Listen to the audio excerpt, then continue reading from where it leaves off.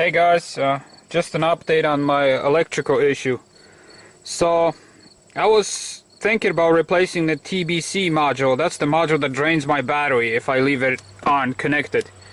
And I jumped on the forums, and boy did I find so many people having the same issue. And it's mainly all the big Chevy vans, which is the Astro, GMC Safari, GMC Savannah, and then a Chevy Express. These four vans, and there's also a Chevy Suburban that has the same issues. Pretty much these 5 vehicles, there's hundreds of people having the same issue, taking it to a dealer, having a TBC module replaced, costing it a fortune, and it's still, 80% of people still complain it still drains the battery.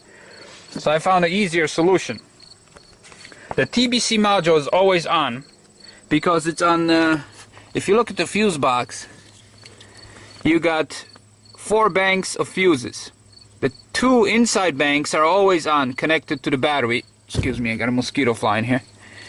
And the 2 outer banks are always off, and the only time they're on is when you turn your ignition key on. Then there's a little relay that puts the power to these 2 outer banks. So I was thinking, why not just put my TBC module on that bank? So now it's basically always off, and it's only on when I turn the key on.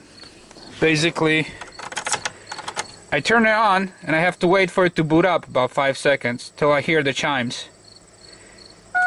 See, because the TBC module controls the chimes, that means it's booted up.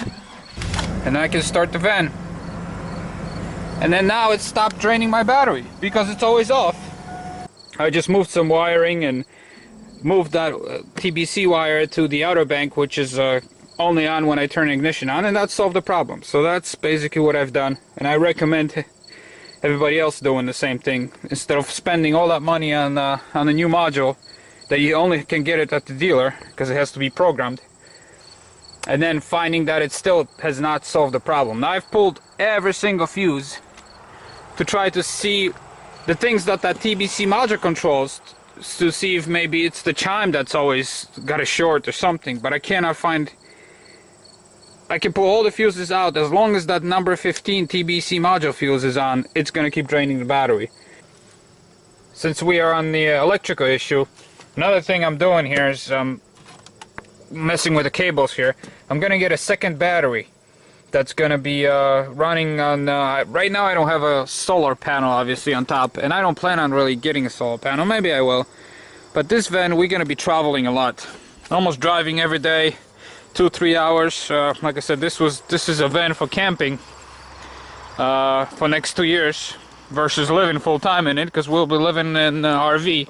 I plan on buying a Class B RV, and that's the one we're gonna be living in 2 years full-time. But this is just for camping, so we're going to be traveling a lot. So I'm thinking my alternator should be enough to charge the secondary battery, where I don't need any solar panels to charge it. So my secondary battery is going to be somewhere here, and then I can run my negative wire to this bolt, which was from the seatbelt, which is perfect for grounding the wire. And my positive wire that I'm going to pick up from Walmart is going to run underneath the doghouse right through the alternator. And then also I'm gonna split it up, and I'm gonna isolate 3 wires for the well, I'm gonna run 1 wire then split into 3 to run the radio, run the lights, and run the cigarette outlet. So it runs strictly off this battery, and it's always on. The issue right now with this van, it's a passenger van, that you have to turn a key ignition to accessories for the radio, for the lighter, and for the lights to work. And not only that, another issue with the lights is this stupid van. Every time you open the door, right now I have an override switch on, so there's no lights. But every time but because the override switch is on, I have absolutely no lights. See, nothing. And so if I don't turn the override switch on, every time I open the door, any of these doors, all the lights light up. Well, I don't want that for stealth camping, because you know, in the middle of the night you want to step out. I don't want the whole van to light up. I want to be able to control these lights with the switch only, and be completely isolated from the main battery and ignoring all the doors. So that's why I have to hook it up when I have a secondary battery here. It's gonna run into the alternator, but also split into these three things: the radio, the lighter, and the lights. And I can have them always on, and I can control them with turning them on and off instead of having a door kicking them on. So that's another thing. I think it's important for stealth camping, that you don't, light up the whole neighborhood every time you open the door. And like I said, this thing's got an override switch that I can turn it off, but then there's absolutely no lights at all. And I don't want to be diving in there all the time and flipping the switch on and off every time I want to turn the light on. Or there I'll be afraid opening the door. So it's just, it's not working out for me. So I'm going to rewire everything, so then I can play my radio, I can have my laptops hooked up to the lighter, and I can have the lights on, which I will replace with LED lights, light bulbs in there. I can have those on, always running off of secondary battery that's going to be charged with the alternator, since we'll be driving a lot, almost every day. And then my starting battery is going to be always cut off with that main switch. So this is, I think this is going to be my solution for now. I think tomorrow I'm going to go out to Advance Auto and buy a AGM battery. And then I'm gonna run to Walmart. Do not buy cables from Advance Auto and AutoZone. There's so much. They're like 4 times the price. I saw a bunch of cables. I was just shopping at Walmart the other day, and I went and looked at the battery cables, and I saw a bunch of them. So cheap, $7, $8, $11. Long, nice, quality copper cables. So with a right hookup to the batteries and big terminals. So I would definitely recommend getting these cables from Walmart. They're like 1/3 of the price than AutoZone sells. So not much else been done. I just did the wires today. It's so damn hot.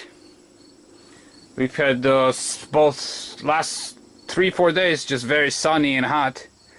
So I don't want to work in the van and sweat my ass here. Like I said, I don't need this van till winter.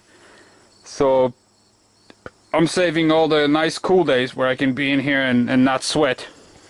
Another issue I found with the van is that every time it rains I get water inside. And I could never catch it. So yesterday I was standing here with a hose, hosing the car down for half an hour, and I finally found where the issue is. And the issue is the water runs down here, which is normal. There's like a gutter here, but it runs behind the seal. You see that seal? Which is normally, I don't understand how this thing is designed. The water runs right behind it, and then channels down here, and then here gets into the vent. So I think this bead here is supposed to be higher to prevent the water from flowing from here and flowing out. But then it can't really flow out because you got a gasket here sealing all the way around here. There's no like drainage hole or anything. Kind of strange setup. So if I have a van parked like that on the angle, the water actually runs out somewhere and leaks through these gaskets and gets out. But if it's even slightly flat or slightly going the other way, the water runs down here in this groove and then starts pulling all in here. It's kind of stupid design. I don't know how this is supposed to work, because it's obviously that the water runs behind the gasket, because that's where it's sealed. And then you got this little thing, but it's never sealed completely. The water runs right behind it and it just goes down in here, and that's what it looks like. I don't get it. So now the original plastic step that was here, that was just bolted right on top of that, and the water was still getting in, so that wasn't stopping it. So what I'm gonna do is I'm gonna take some silicone or some maybe epoxy and build this up higher, and then I'm gonna drill maybe a couple small holes to get this water drained outside. So that's my other issue I found with this van. Actually on both sides. Both sides this water runs in here, starts pulling out here, and then it spills over and it starts filling. Usually this thing is filled with water. When I bought the van, when I ripped the carpet out, it was completely wet in here and in here, and I was wondering why it was wet. And now I know why. But it was sitting empty like that, so every time it rained, the water would just dry up the next day, and I didn't see it. Till I jumped in here after rain, and then I realized, whoa, these things get wet here. So I have to address that issue.